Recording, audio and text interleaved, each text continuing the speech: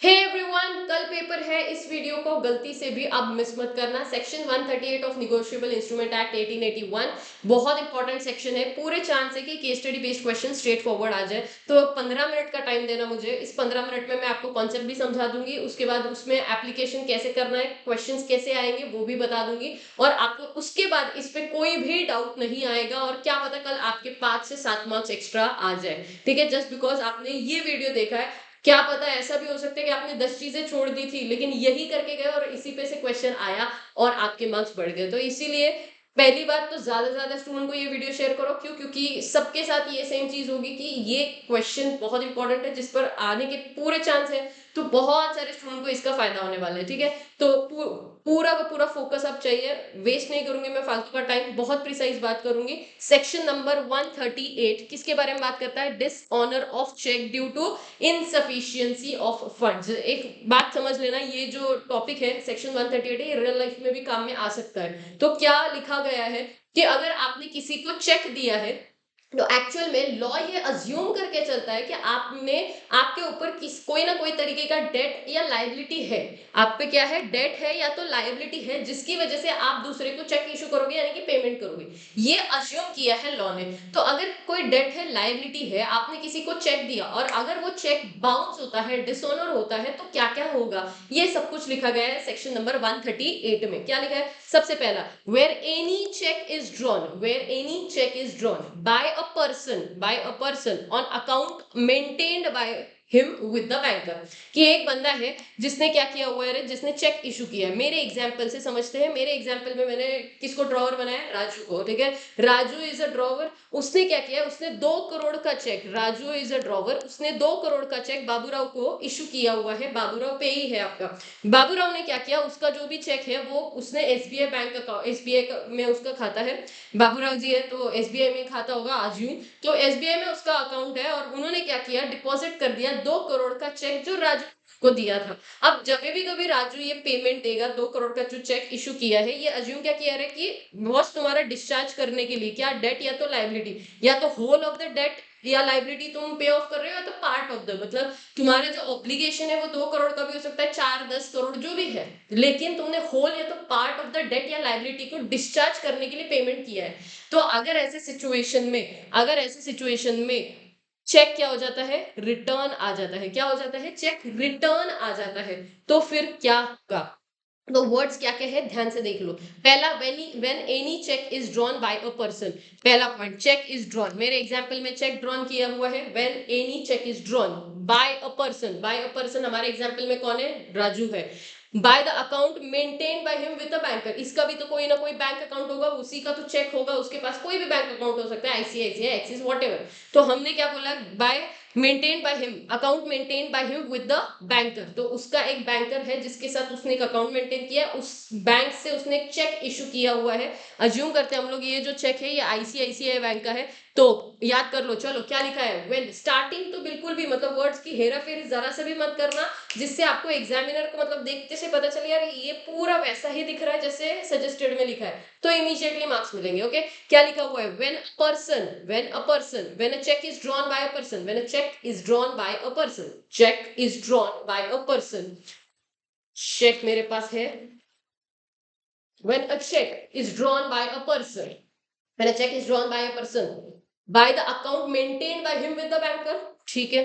ये जो भी अकाउंट जो भी मेंटेन किया है उससे क्या कर रहे हैं आप लोग? पेमेंट कर रहे हैं of any of the amount of money, किसी भी अमाउंट का। हमारे एग्जांपल में है 2 करोड़, किसी भी अमाउंट का आप चेक करो, इशू करो। फिर आपने 2 रुपए का किया तब भी, 2 करोड़ का किया तब भी। ये 2 करोड़ की जगह पे मैं तो 2 रुपए भी लिख सकती हूँ, अच्छा लगेगा ज्यादा। क्यों? क्योंकि 2 करोड़ का 2 रुपए का चेक जब बाउंस होगा तब तो और भी अच्छा लगेगा ना। तो 2 रुपए का चेक इशू किया गया है, तो for the payment of any of the amount of money to the another person, to another person हमारे एग्जांपल में Baburao, to another person for the discharge of whole or part of any debt or liability. Clear है? याद हो गया? क्या याद करना है? Where a cheque is drawn, where a cheque is drawn by a person, where cheque is drawn by a person from the account maintained with his banker, from the account maintained with his banker for any of the amount, for any of the amount to another person, to another person for what? To discharge, या तो whole में या तो part में, any debt और liability. याद हो गया मेरे साथ साथ? अब हुआ क्या?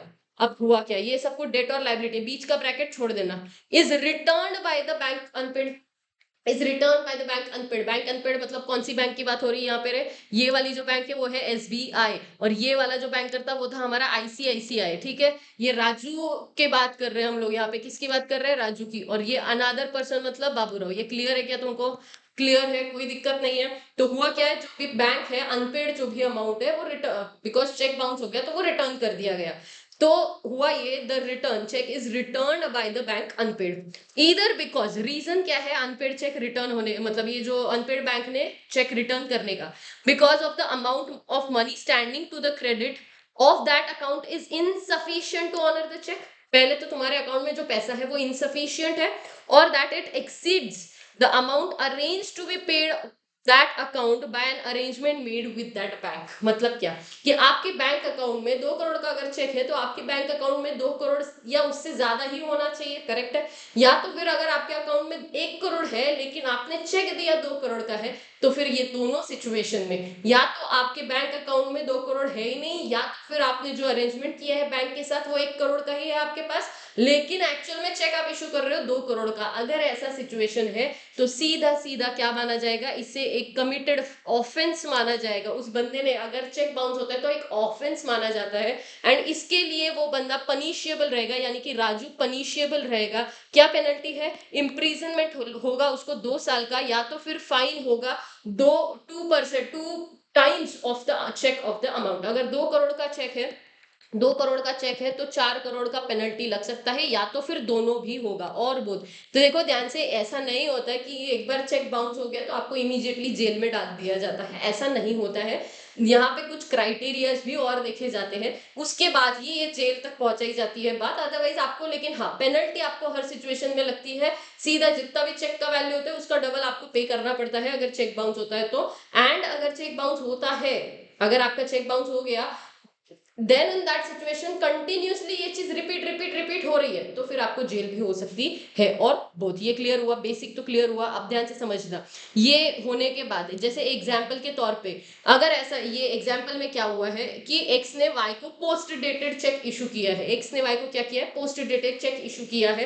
पोस्ट डेटेड चेक का मतलब होता है, जैसे आजकल आपका 16 तारीख पेपर है, आज 15 तारीख है, ठीक है, 15 जनवरी है आज, तो आपने पोस्ट डेटेड चेक मतलब क्या, 30 जनवरी का अगर आपने चेक इशू किया है, कितने, 30 जनवरी का, तो उसके बाद ही वो अब बैंक में, वाई जो है वो बैंक में सबमिट कर सकता है। हुआ क्या, देखो पोस्ट डेटेड चेक इशू किया एक्स ने वाई को 30 जनवरी का, 30 जनवरी के बाद 1 फेब को, 2 फेब को उसने जाके, वाई ने जाके डिपॉजिट करना था, तो एक्स ने क्या किया, उसी टाइम पे बैंक को इंस्ट्रक्ट कर दिया for the stop payment due to unavailability of funds, कि उसने बोल दिया इस चेक का स्टॉप पेमेंट कर दो। तो अगर आपने, देखो आपने 138 से बचने के लिए, बिकॉज चेक बाउंस ना हो जाए, आपने क्या किया, स्टॉप पेमेंट कर दिया। तो इसका मतलब क्या हुआ, अगेन आपने 138 से, इम्प्रीजनमेंट से या फाइन से बचने के लिए आप स्टॉप पेमेंट का यूज कर रहे हो, तो वो भी नहीं चलेगा। इसीलिए बहुत क्लियरली लिखा हुआ है, section 138 is attracted irrespective of the funds in your account. क्यों, क्योंकि जो इनसफिशिएंट फंड का जो एक्सप्लेनेशन है वो ये दिया गया है कि एक तो आपके बैंक अकाउंट में सफिशिएंट फंड नहीं है, 2 करोड़ का चेक दिया हुआ है लेकिन बैलेंस सिर्फ 1 करोड़ का है, पहला पॉइंट। दूसरा पॉइंट, आपने भले ही बैलेंस में भी आपके पास 3 करोड़ का था, आपके बैंक अकाउंट में 3 करोड़ का बैलेंस था, लेकिन आपने फिर भी स्टॉप पेमेंट कर दिया।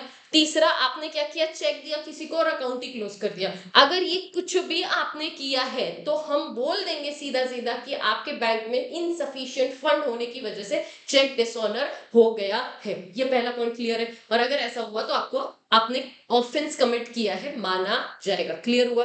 दूसरा पॉइंट, अगला पॉइंट ध्यान से समझ लेना, when section 138 shall not be applied unless the given conditions are fulfilled. मतलब बेसिकली सिंपल लैंग्वेज में बोलूं तो 138 will be applicable only following 3 conditions are satisfied. ठीक है, कौन सी 3 कंडीशंस है, 1 2 3। पहला, cheque presented within the validity of period. Basically cheque की वैलिडिटी आप सबको पता है 3 मंथ की होती है, जिस भी दिन चेक इशू किया है, जो भी डेट है चेक पे, वहां से 3 महीने में आपको चेक डिपॉजिट करना है। तो पहला पॉइंट है 3 months from the date on which it is drawn or within the period of its validity. Validity मतलब पोस्ट डेटेड चेक होगा तो बस तुमको बाद में सबमिट करना, मतलब बाद में डिपॉजिट करना पड़ेगा बैंक को। तो इसीलिए आपको ये समझना है कि जो भी वैलिडिटी है उसकी या फिर 3 मंथ्स जो भी है आपका, उस हिसाब से विचएवर इज अर्लियर, उस हिसाब से आपको क्या करना है, बैंक में जाके चेक को डिपॉजिट करना है। दूसरा, उसके बाद क्या हो गया, उसके बाद चेक बाउंस हो गया, तो जैसे ही चेक बाउंस होगा वैसे ही आपको नोटिस मिल जाएगा बैंक से।